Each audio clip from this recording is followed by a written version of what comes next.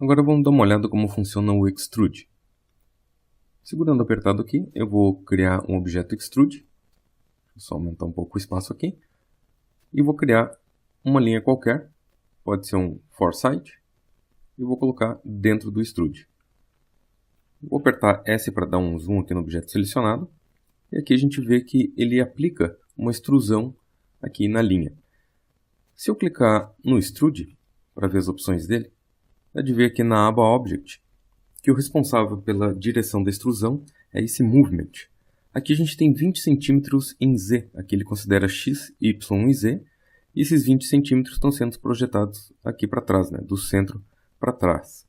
Se eu aumentar esse número, dá de ver que ele aumenta a extrusão para trás, e se eu aumentar, por exemplo, o número em Y, dá de ver que ele vai subir nesse eixo, já que esse é o eixo Y. Eu posso subir e descer, e também posso ir esquerda e direita, com movimentação em X. Aqui a gente tem as subdivisões, para quando a gente tem aqui o formato de linhas. Se a gente aumentar as subdivisões, ele aumenta a distribuição de polígonos aqui no meio.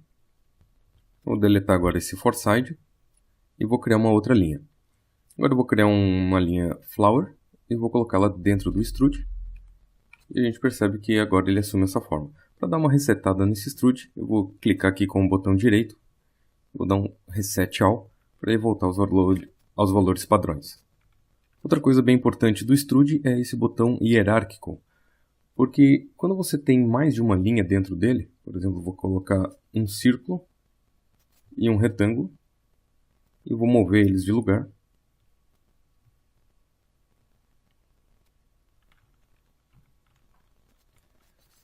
Você vai perceber que só o primeiro que está aqui em cima que vai ser extrudado. Se eu mudar a ordem, por exemplo, o círculo para cima, é o círculo que vai ser extrudado, ou a flor, se eu colocar ela por primeiro.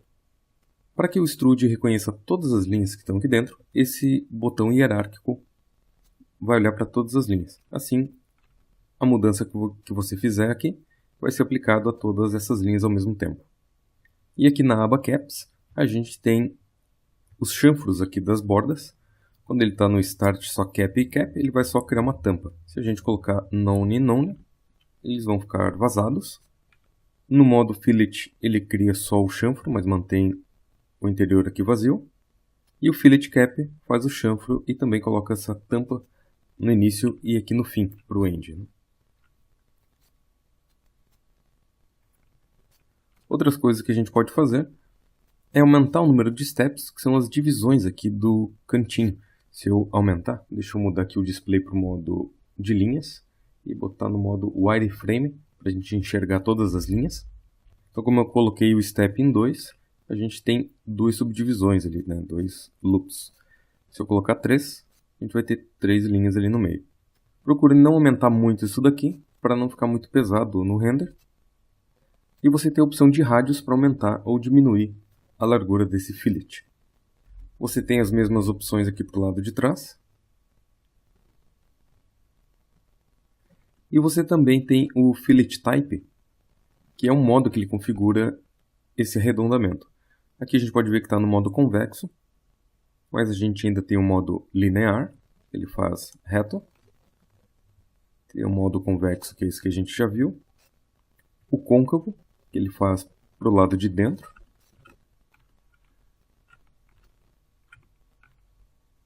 Tem o meio círculo, ele faz um arredondamento aqui para fora. O one step, ele faz só um degrau. Two steps, faz 2 degraus. E o engraved, ele faz essa extrusão para o lado de dentro, do cap. Falando nisso, você pode mudar essa opção nesse Rule Inwards, que você pode ligar e desligar, para ele fazer a extrusão contrária. E temos essa opção também do Create Single Object, para a gente criar um objeto sólido na hora que a gente apertar para converter a extrusão.